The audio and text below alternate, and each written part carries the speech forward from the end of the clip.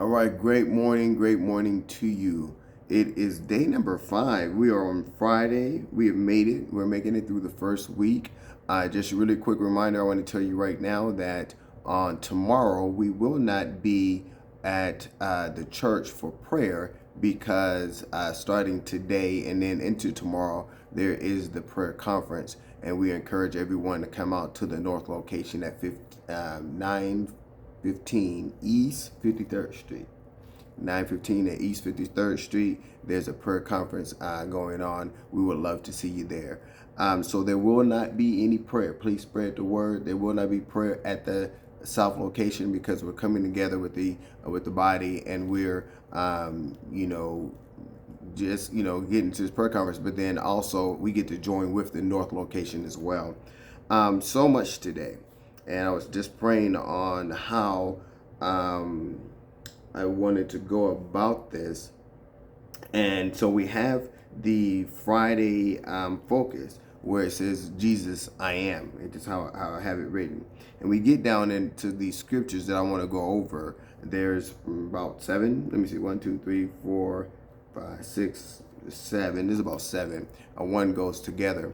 And so I wanted to get into this. But this goes a little bit different than what I guess I was meditating on a little bit yesterday. Happens to deal with Mother Pearl. Mother Pearl was talking about, she began to look up words that had the prefix be.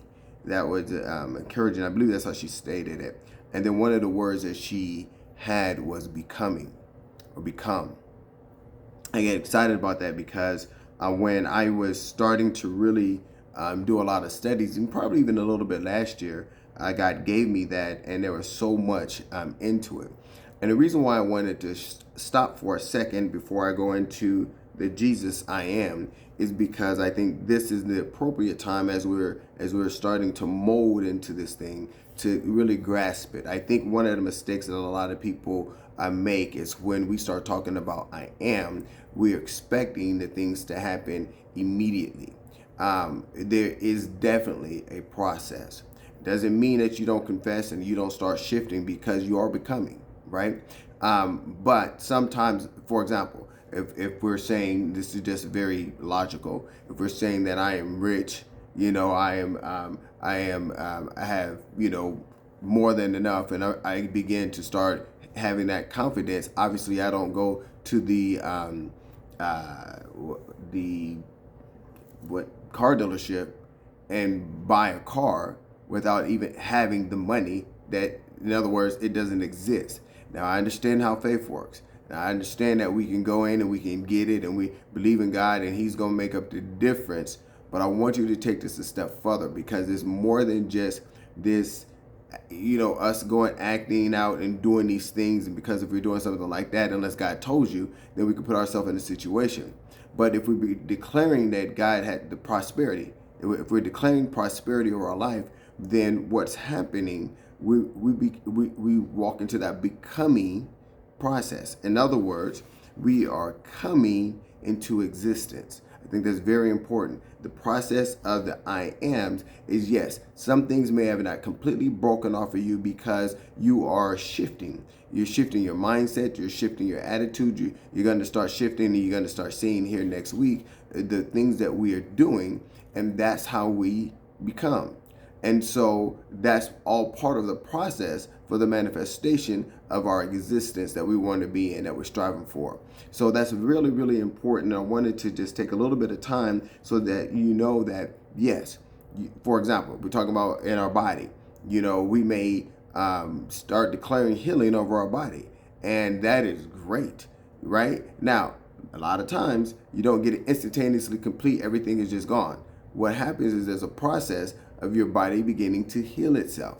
You're coming into existence, which is why that word right there is important, because faith is that placeholder. As we're becoming, we still have the confidence and that level of faith, believing God to do what He said He's going to do while we're in the process. Very important. So while we're in the process of changing, while we're moving and things are coming into existence, God is shifting and placing people in order and making things happen. We continue to confess that I am, and that therefore we're moving in that direction. Things are beginning to open. Things are manifesting. Before you know it, that thing comes into full fruition. The manifestation process happens, and that's exactly what faith is. It's the actual manifestation of those things that we are believing God for. Right? And so when we don't have the things actually, let's say we don't have the good report from the doctor, we still may be holding on to the negative thought. But if you're, or we may still be, and I wouldn't say hold on to negative thought, that's not the faith. So what we may be doing is the negative thought or the negative report may still be lingering, but we're believing by faith that we're healed without the actual report that says it manifested. So during that process, we're still moving forward. We're still confessing the word. We're still doing what God is sharing us to do, and we are becoming healed, right? And so then now, as that is happening, it starts to manifest. It happens. Then everything's gone. We get the report, and then of course everybody's happy, right? That's just kind of one of those pieces. There's a little bit there that we could dig into because. We really want to make sure that we understand the process. We don't that is not a reason for us to have any doubt. It's just that we're saying that we're moving to getting in that place. One example that just came into my mind when we were talking is like even in a destination, if you're driving somewhere, when you get in a car, you're not there yet. You know what I mean? There's a process to get to your destination, but as long as you continue to move and strive in that direction, you will get your destination. That is very important. So I wanted to spend a little bit of time of talking about coming into existence. Coming into existence. So even though things may not be completely there, now you can start going ahead and changing the things, buying a business card, making space in the room for whatever it is, because it's coming into existence. And we're able to do that as we begin to align with the I am. Okay? And that was the first part. I was just on my heart. I just pray that you're able to receive that and that it helps in some areas. Let's get into the study of today. Because when we look at the I ams, we're looking at what God is really telling us about who we are. But there's passages, as you can see here on the paper in John, that talks about Jesus and what he says. He declares, I am, right? And I thought this was really unique because he's Jesus. And he talks about his I am. And it's not in the way where we look at the I ams as far as us coming into our existence. He already is. And so in his I ams were there for us. And let's kind of get into it. We'll read it and we'll just kind of see what happens here. I think if you were at the Bible study the other day, I don't know if it was this one or the last one, we kind of dove into it a little bit. But it says in John 6:35, that's the first one. It says, and Jesus said to them, I am the bread of life. Okay? That's his I am. He says, I am the bread of life. Now watch this. It says, he that cometh to me shall never hunger, and he that believeth on me shall never thirst. Man, there's so much in this, and I get excited about these things because it hits on some of the points that we are talking about. I am the bread of life. He that cometh to me shall never hunger, and he that believeth on me shall never thirst. So his I am, who he is, his very existence, is, as he defines it, is there for us, for our benefit. So his I am gives us, it calls us so we never hunger or thirst. And especially, we say hunger and thirst after righteousness, but here it just talks about we shall never hunger, and he that believeth, exists in his love, shall never thirst. Then we have John chapter 8, verse 12, and it says, then spake Jesus again unto them, saying, I am the light of the world. Watch this. He that followeth me shall never walk in darkness, but shall have the light of life. So now we see that in his existence, when we are aligned with him, these benefits come in. Now we know that we will never hunger or thirst, and that we will never walk in darkness if we follow him. So that this is another reason why we talk about the alignment with God that we desire and that we need, because it allows us to receive his I am. His I am, as you're seeing already now, fulfills us. It guides us. It's going to protect us. There's all these different things. Let's see here. John chapter 10 and verse 7 says, Then Jesus said unto them, Verily, verily, I say unto you, I am the door of the sheep. And let's say, watch this. Verse 8 says, all that ever came before me are thieves and robbers, but the sheep did not hear them. I am the door. By me, if any man enter in, he shall be saved, and shall go in and out and find pasture. I'm going to jump down to verse 11. It says, that's the next one. So let's just go ahead and keep on reading. It says, I am the good shepherd. The good shepherd giveth his life for the sheep. Verse 14, I am the good shepherd, and know my sheep, and am known of mine.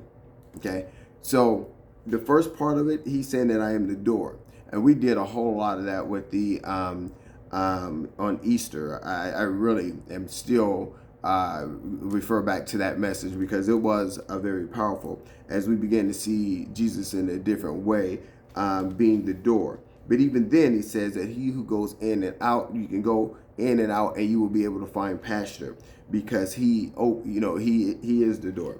And then it goes and it says that he's also the good shepherd, and that a good shepherd always takes care of his sheep.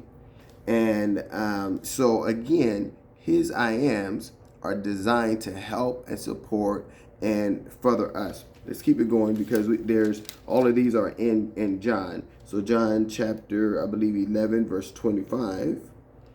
Is that the one, or is it 10? 11:25, I think is where I'm at now. And that one says, Jesus said unto her, I am the resurrection and the life. He, again, now, after he established who he is, then he says the benefit for those who come, believe, or follow him. He that believeth in me, though he were dead, yet shall he live.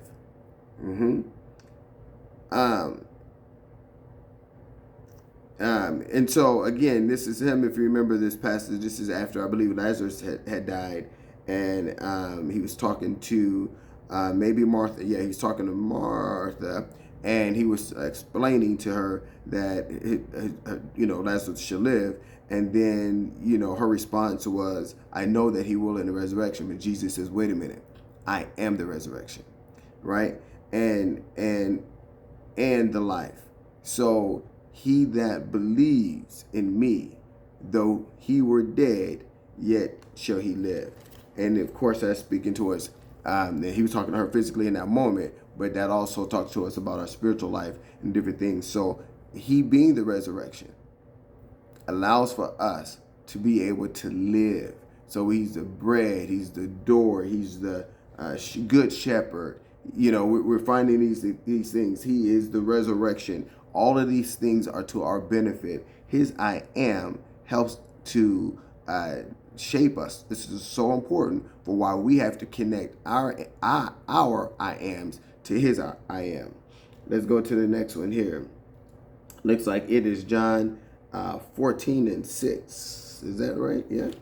14 and 6. And that says, and Jesus said unto him, I am the way, the truth, and the life. No man cometh unto the Father but by me. Right? So now he's saying that he is the way. He's letting us know that he is the way, and a benefit that if you want to get to the Father, you must come through him. Again, this is very self-explanatory, but I want you to recognize how Jesus defined his I am. Because when we talk about I am the head and not the tail, I am the above and not the beneath, Jesus doesn't do it. He is. He's everything, right? But then he he establishes his I am to be a benefit to us. So when I can't express it enough. So when we completely connect and emerge with him, which is the goal, it allows us to receive all that he is. Last one. John 15:1. I am the true vine, and my Father is the husbandman. Every branch in me that beareth not fruit, he taketh away, and every branch that beareth fruit, he purgeth, that it may bring forth more fruit. I'm going to jump to verse 5. It says, I am the vine, ye are the branches. He that abideth in me, and I am in him, the same bringeth forth much fruit. For without me, ye can do nothing. I believe that passage, that part right there, is the summary of all of the other I ams that Jesus has talked about. This is the whole point. He says that if you abide in me and I in you, that's the other part. It says, let me read it again. It says, I am the vine, ye are the branches. He that abideth in me, and I in him, the same bringeth forth much fruit. For without me, ye can do nothing. Being in this, during this process, aligning with God, making sure that we are rejecting our selfish ways, our desires of our own being, right? Anything that's going to bring self-pleasure to us, we get rid of that, right? Our whole goal is to become one with Christ. We take his I and he lives through our am, right? And his I is all that he is, that he's establishing and that he stated for us. Even in here, as we see that Jesus is confessing his, as he talked about his existence for us, and then so we receive that, and then we allow him to live through our existence. And so then everything becomes aligned. And this is the focus of this part of us coming into being, coming into our existence, coming in, becoming what God has created us to be. I pray that you begin to push in to really establish and receive the I am that Jesus offers, and that we allow him to bring forth all the I ams that he shared about us. Those things are made possible because we're living in him, or we're living for him. Remember that verse that says, I am crucified with Christ, nevertheless I live, yet not I, but Christ liveth in me. The life that I now live in the flesh, I live by the faith of the Son of God, who loved me and gave himself for me. He is the resurrection. He gave up his life, and he allowed us to receive all that he is, and we're able to reap the benefits and the blessings of his sacrifice, right? Because he is the resurrection and he is alive in us. Now, don't make a mistake about it. He's risen, but he also, through this process, is expressing his love through us, and what a great thing. All right, I encourage you this day to continue to go forth with confidence, with boldness. Remember, as we are looking through this and we're going through this, our goal is to get more and more and more of Christ. He is the prize. He is the gift. He is the ultimate goal for our lives, and we are seeking to get more of him. All right. God bless you. I look forward to seeing you at the noon prayer. We'll be right here. And I also encourage you to come out to the prayer conference so that we can just become more and more unified as a body. God bless you. We love you. We'll talk to you soon.